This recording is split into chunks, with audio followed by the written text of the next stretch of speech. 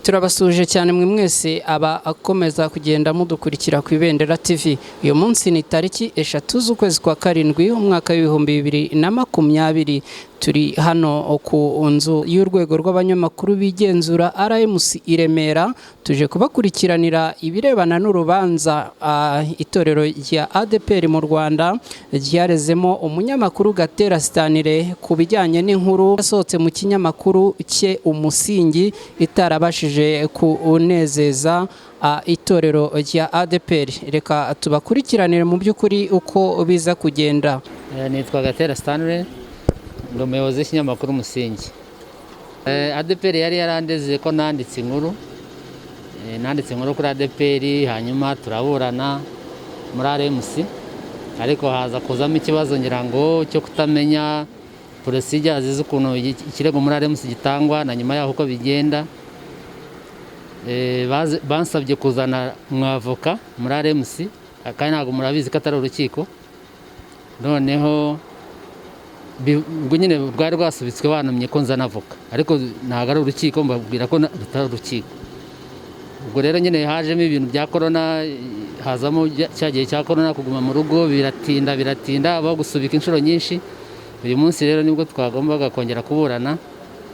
Nanone hajemo izindi mbogamizi, bavuga ko tuburana mu muhezo, ariko mbabwira ko jewe nari ready kuburana mu muhezo, nta mpamvu bambwiye.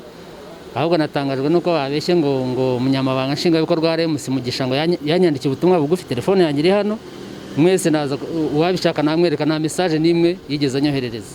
Sinzi impamvu rero bari abantu bahora babeshya bazana ibintu bidafatika, ariko jewe na ADEPR nta kibazo dufitanye.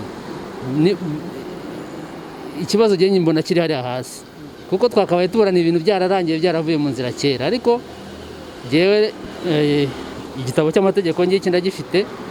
Ibyo inkuru iyo hari umuntu runaka cyangwa ikigo runaka gishaka gusaba kuvugurura inkuru, hari uburyo bikorwamo. Je nibyo nabwiraga muri RMC, ese ibyo bintu byarubahirijwe? Ko bakavuga ngo ibyo tubyirengagize, ngo wowe twereke ibimenyetso. Ntabwo nabereka ibimenyetso, hari uburyo itegeko rivuga ibintu bikorwa. Nibabanze babikore muri ubwo buryo, noneho ibimenyetso bize nyuma, ariko procedure zubahirijwe.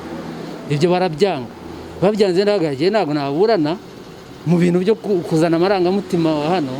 Iba mwumva binaniranye hano, tujye mu nkiko. Je nuko nababwiye. Hanyuma muri rusange inkuru wanditse uyu munsi urimo bisa n'imanza hagati yawe n'Umusingi na ADEPR, ni inkuru ivuga kuki, irimo iki gituma habaho izi manza n'impaka? Ni inkuru yavugaga ku uburyo bakorana n'abantu bagambanira igihugu. Mu by'ukuri iyo biza uko byari byateguwe kuburana, iyo tuburana neza je nari busabe ari musabwe igahamagara RIB ikabafata, kuko je ibimenyetso ndabifite. Kandi iyo bakurikiza procedure zo gusaba kuvugurura, kugorora inkuru, iyo babikora mu buryo bukwiye.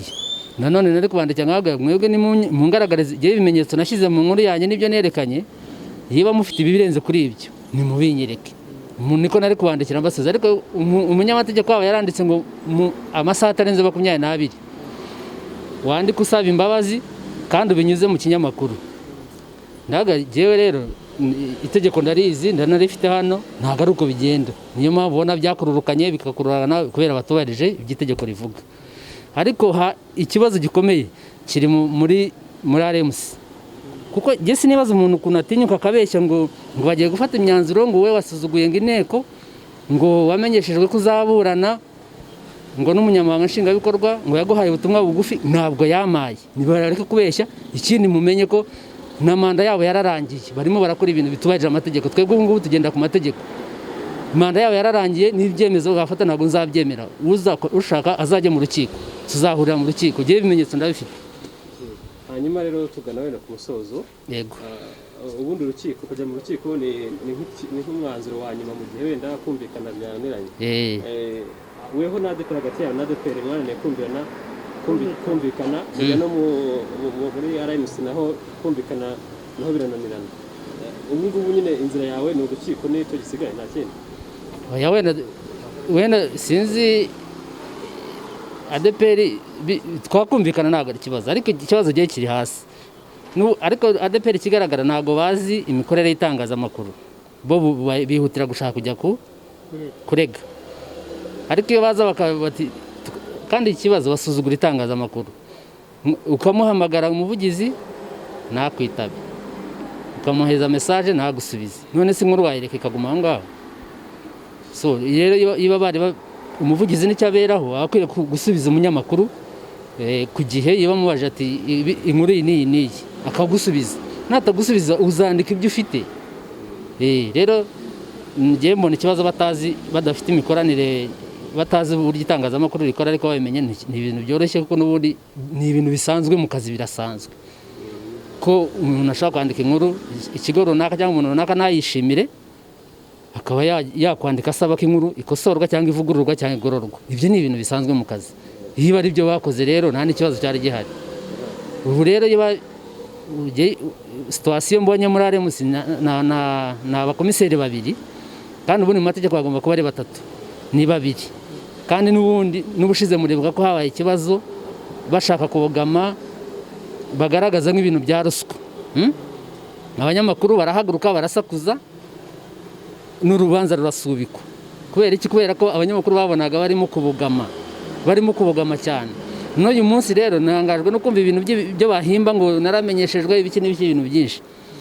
Ariko ubwo gihe cyo nshingiyeho ADEPR nikurikiza itegeko rivuga, nanjye nzakurikiza itegeko rivuga, birangire. Iyo bari kujya mu nkiko tuzajya aho ariho hose genda nditeguye. Umuyobozi wa ADEPR avuze ko bashaka kumvikana.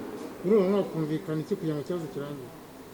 Turumvikana nyine dushingiye ku itegeko rivuga, niba ubahiriza itegeko rivuga ku gukosora, kugorora cyangwa se kuvugurura inkuru, nta kindi tuzabikora. Tuzareba ibyo ibimenyetso bavuga bo bafite, natwe tubagaragariza ibyacu, hanyuma turebe. Hanyuma itorero cyangwa se ADEPR biri kurega, ariko ni itorero rifite abakristo benshi bari bubashe no kumva ino nkuru. Ni ubuhe butumwa bagenera? Ko hari abashaka kuvuga bati uriya muntu ari kuturwanya, cyangwa se wenda itorero ryacu riri kumubangamira. Weho urabaha ubuhe butumwa abakristo? Icyo nababwira, twebwe abanyamakuru ni ijisho rya rubanda, twebwe turengera inyungu za rubanda, n'ubundi nabo ni rubanda, ni abanyarwanda nk'abandi bose. Ntabwo twaba tubarenganyiriza iki, ahubwo nibo dukorera ubuvugizi, kuko ibyo tuba dukora ni inyungu za rubanda, ntabwo ari inyungu zanjye ku giti cyanjye cyangwa z'umunyamakuru ku giti cye. Urakoze cyane, katugushimire. Urakoze cyane. Urubanza rumaze igihe rutaba, uyu munsi birangiye muraburanye cyane. Uyu munsi turaganiriye, batubwiye impamvu tugomba kuganira, ariko mugenzi wanjye yifuje ko urubanza adashaka kuburana kubw'impamvu ze yagaragarije abatubazaga. Twamenye ko mu mpamvu yatanze ari uko mu bamuburanishaga harimo bamwe bo muri ADEPR, kandi urubanza n'ubundi rwa ADEPR. Oya, ibyo nta byari birimo. Kereka niba ari wabibabwiye, ariko ibyo nta kibazo, nta byari birimo. Wowe tubwira ibyo yatanze nawe. Ibyo batubwiye ni uko impamvu tuburanira mu muhezo ari ikibazo cya COVID kiriho, ibijyanye n'icyumba. Batubwiye ngira ngo bitatu. Icya kabiri ni ikijyanye nuko twagomba kubonana mu muhezo, kubera yuko ubushize bitagenze neza. Ndibwira ko byari bitatu, ikindi ntabwo ntibuka. Wowe byakiriye gute kuba hashize igihe kingana gute urubanza rutaba, ari we bareze? Nta kibazo, batubwiye ko bazabikemura ubwo hagati yabo, tukazareba igikurikiraho. Byaterwa nanjye icyo nzifuza gukurikiza mu myanzuro bazaduha. Hagati yanjye nawe uyizanyura izamunyura, uyitazanyura azareba ikindi yakurikiza nk'uko amategeko abiteganya. Hanyuma urubanza murimo hagati y'umusingi ndetse na ADEPR, mu by'ukuri rushingiye ku ki? Rushingiye ku nkuru Gatera yanditse ku itariki, ngira ngo yanditse mu kwa mbere, yandika yuko twasengeye abantu mu gihugu cy'Ububiligi, hakaba harimo abo yita abanzi b'igihugu, ariko twebwe ntacyo tubizi. Ntabwo mwemera ko amakosa yakorewe mu itangazamakuru nko mu nyandiko yakosorwa n'ubundi mu itangazamakuru kugira ngo bice bugufi hatabamo gushyamirana? N'ubusanzwe ariko nta gushyamirana guhari. kubera yuko njye nasabye Gatera ko dushobora kumvikana, mbisaba n'abatuyoboraga ariko bavuga ko adashaka kubivugira aho ngaho kubw'impamvu ze bwite yatanze, nta kibazo njye mfite. ubundi mwebwe icyo mwifuza ni ikintu, uko akuraho inkuru, nuko yivuguruza, nuko byaterwa nuko twaganira nawe bijyanye n'uko inkuru imeze. wowe iyo urega uba ufite icyifuzo cyawe? Icyo twamusabye ni ikijyanye n'amategeko, ni ukuvuguruza inkuru, nta kindi. yarabyanze se? Iyo abyemera ntabwo tuba twaraje. abo bantu usavuga mwasengeye, mwe mubavuga biki? mwe mubona nta kibazo? Nta kibazo twebwe ku ruhande rwacu gihari, byaterwa nawe n'ibimenyetso byo avuga.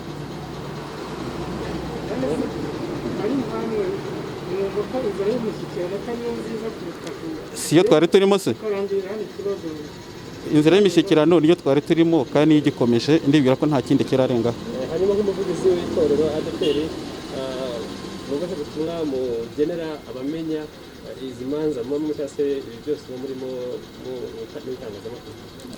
Itangazamakuru ridufitiye akamaro twese, kuri buri muntu ku giti cye, kubera yuko itangazamakuru turifitemo inyungu yo kutubwira inkuru ariko zijyanye n'inkuru zubaka, n'inkuru zifasha uwo ari we wese.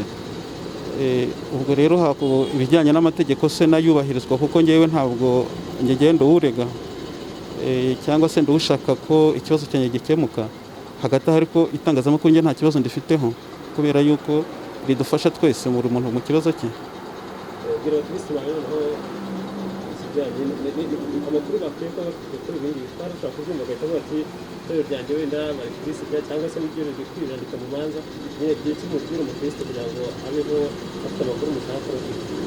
Amakuru ni uko twaje hano, iyo dushaka yuko abakristo ntacyo bamenya ntabwo tuba twaraje hano gusaba yuko izo nkuru zavuguruzwa. Icyo ni cyo cya mbere, niyo mpamvu rero kandi nta kindi usibye kunyura mu nzira iteganywa n'amategeko. Ubwo rero cyari icyo ngicyo cyo gushaka kubwira abakristo no gusobanuza bijyanye n'amategeko, twese tugendera igihugu cyacu, yuko ibyo bintu byakosoka kandi ubusanzwe nta kibazo kirimo. Reka tubashimire cyane rero mwe mwese mwari mudukurikiye hano ku Ibendera TV. Tubibutse ko twari turi hano i Remera ku rwego rw'abanyamakuru rw'igenzura RMC. Twari turimo tubakurikiranira iby'urubanza rwari hagati ya ADEPR ndetse n'umunyamakuru Gatera Stanire, umuyobozi mukuru w'ikinyamakuru Umusingi. Mu by'ukuri bakaba batabashije kumvikana, ntago tuzi mu by'ukuri niba hagiye gukurikiraho kujya mu rukiko nk'uko bagiye babigarukaho, ariko mu by'ukuri ikigaragara cyo ni uko bigomba kuzagira iherezo. Ngendana Christine Ntirushwa, Ibendera TV, mugire amahoro.